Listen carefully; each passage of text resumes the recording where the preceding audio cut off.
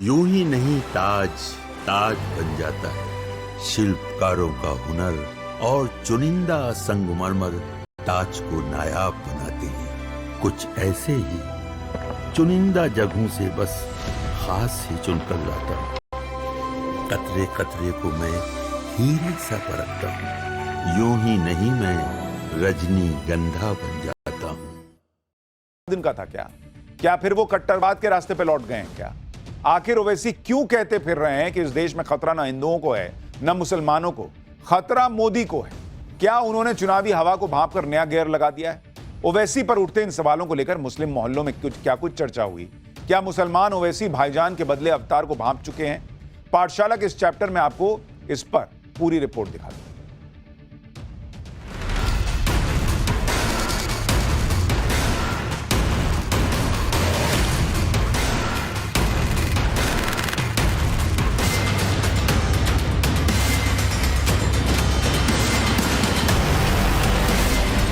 के बाद भय वाली सियासत एक बार फिर लौट आई है।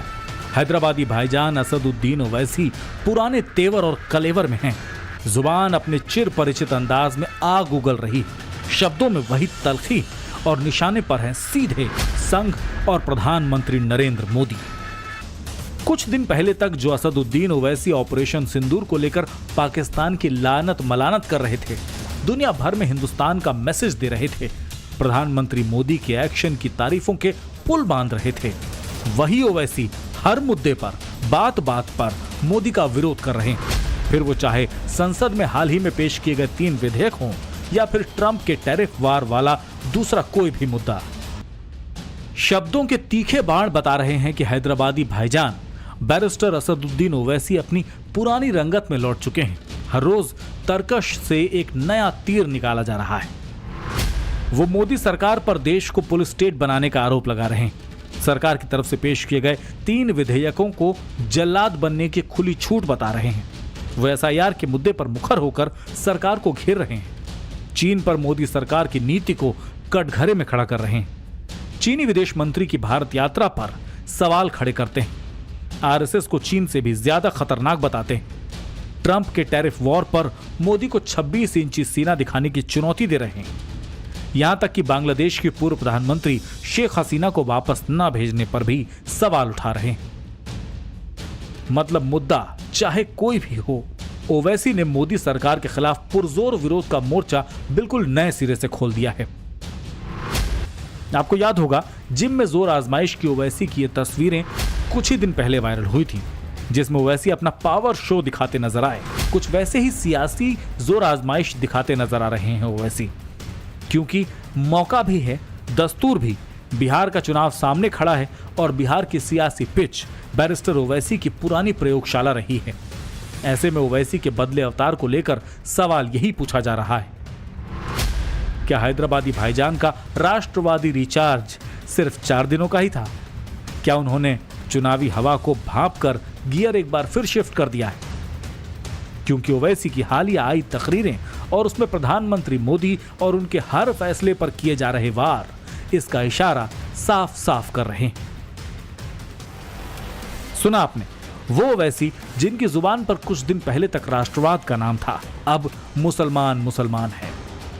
लेकिन सवाल यह भी है कि चुनावी सीजन में क्या मुसलमान हैदराबादी भाईजान ओवैसी के इस बदले तेवर को भांप चुके हैं? ओवैसी पर मुस्लिम मोहल्लों में क्या चर्चाएं हो रही हैं? टाइम्स नाउ भारत पर हम आपको इसकी डिटेल्ड रिपोर्ट देंगे। लेकिन पहले बात ओवैसी के उस ताजा बयान की, जिसमें उन्होंने न सिर्फ संघ प्रमुख मोहन भागवत बल्कि प्रधानमंत्री नरेंद्र मोदी पर भी डायरेक्ट अटैक किया। ओवैसी ने कहा कि भारत में ना हिंदू खतरे में है ना मुसलमान, अगर कोई खतरे में है तो वो पीएम नरेंद्र मोदी।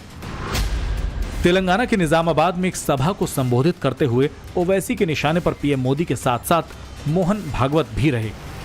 ओवैसी ने यहां जुबानी हमला बोलते हुए कहा कि पीएम मोदी और मोहन भागवत भारत में हिंदू, मुसलमान, सिख और दलित सभी समुदायों के लिए खतरा पैदा कर रहे हैं।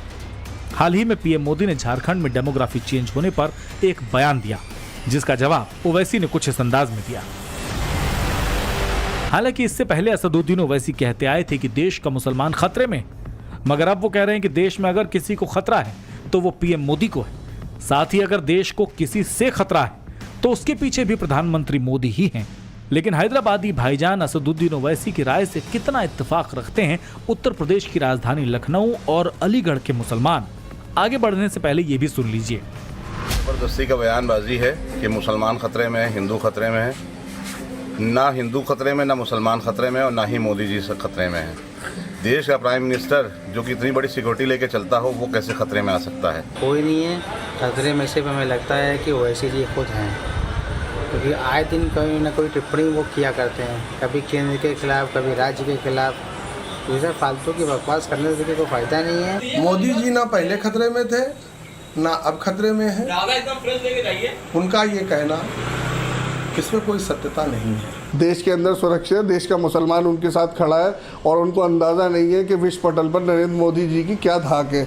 55 इस्लामिक राष्ट्रों में से आधे से ज़्यादा इस्लामिक राष्ट्रों ने उनको अपने आगे सर्वोच्च सम्मानों से नवाजा है। बात करने के सभी चीज़ सही करें कि ना मुसलमान खतरे में है, ना हिंदू खतरे में है, और ये जो बात कह रहे हैं कि मोदी जी खतरे में है, तो ये गलत है। हिंदुस्तान ऐसा सेकुलर देश रहा है कि यहाँ सभी लोग सुरक्षित हैं, और अगर ईमानदारी से देखा जाए तो और मुल्कों के मुकाबले हिंदुस्तान में मुसलमान ज़्यादा सुरक्षित नजर आता है।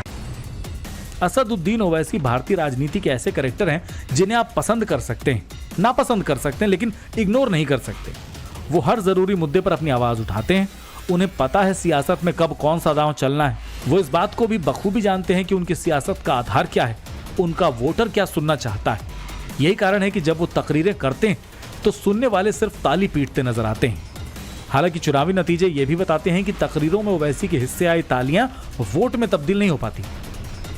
ये बात समझ में नहीं आ रही है कि जिसने हिंदू और मुसलमान की हिफाजत की, पाकिस्तान गंदी नज़रों से हमारे देश को देखता था, हिंदुओं पे भी गोली चलवाया, मुसलमानों पर भी गोली चलवाया, इसका जो है नरेंद्र मोदी जी ने जवाब दिया पाकिस्तान को। हमारे देश के प्रधानमंत्री श्री नरेंद्र मोदी जी पूरे भारत के 140 करोड़ देशवासियों को, जो मतलब हिंदू मुस्लिम रहते हैं, उन लोग जब उनकी हिफाजत के लिए हमारे प्रधानमंत्री जी जो खतरे में नहीं है, तो हमारे प्रधानमंत्री जी कैसे खतरे में हो सकते हैं? मुसलमान खतरे में नहीं है।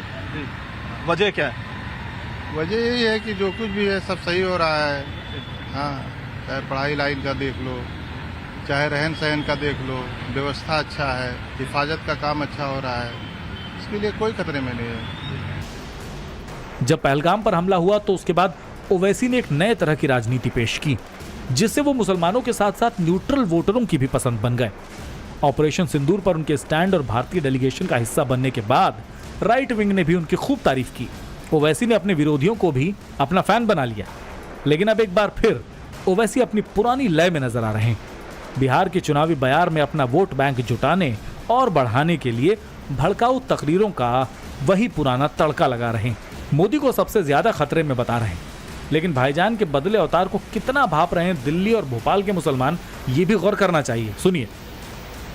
सब उनकी राजनीति है, अपनी राजनीति को चमकाने के लिए हर नेता का काम है विपक्ष के लिए या पक्ष के लिए उल्टा सीधा बयानबाजी करना है। प्रधानमंत्री तो खतरे में है और ना खतरे में मुसलमान देश का। अपना भाईचारे से सब रह रहे हैं, और हमें इतना टाइम हो गया यहाँ, हिंदुओं के बीच में हमारी दुकान है, बढ़िया रह रहे हैं, कोई दिक्कत नहीं। खतरे में तो भाई इनकी राजनीतिक बात है, तो राजनीतिक बातों से अपना पता नहीं क्या किसको दोष लगाएं क्या ना लगाएं, ये तो आप आपस में करते रहेंगे। देखो ऐसा है, अपना मानना तो है, ना तो हिंदू खतरे में है ना मुसलमान। ये तो रहा सवाल ये है कि ओवैसी साहब का कहना है कि नरेंद्र मोदी खतरे में, इनकी राजनीति व्यक्तिगत विचार है। नरेंद्र मोदी खतरे के अंदर है, बिल्कुल ऐसी कोई विचारधारा किसी भी व्यक्ति में नहीं है, ना हिंदू में है ना मुसलमान में, किसी भी व्यक्ति में ऐसी कोई विचारधारा नहीं है कि कोई देश में खतरे में है। कोई अपने आप को देश में खतरे में नहीं मानता है। ना हिंदू खतरे में है ना मुस्लिम खतरे में है। हम तो यहाँ सब सही साथ रह रहे हैं, सब एकजुटता से रहते हैं, और जावरा की तो एक मिसाल है कि यहाँ पर हिंदू मुस्लिम भाईचारा रहा है हमेशा से। संसद हो या सड़क, ओवैसी जब बोलते हैं तो लोग सुनते हैं। एक बार ओवैसी फिर बोल रहे हैं, क्योंकि बिहार का चुनाव सामने खड़ा है। ओवैसी राहुल गठबंधन में शामिल होना चाहते हैं, लेकिन अभी तक कामयाबी नहीं मिल पाई। दूसरी तरफ राहुल गांधी और तेजस्वी यादव SIR के मुद्दे को लेकर शहर शहर कदमताल कर रहे हैं।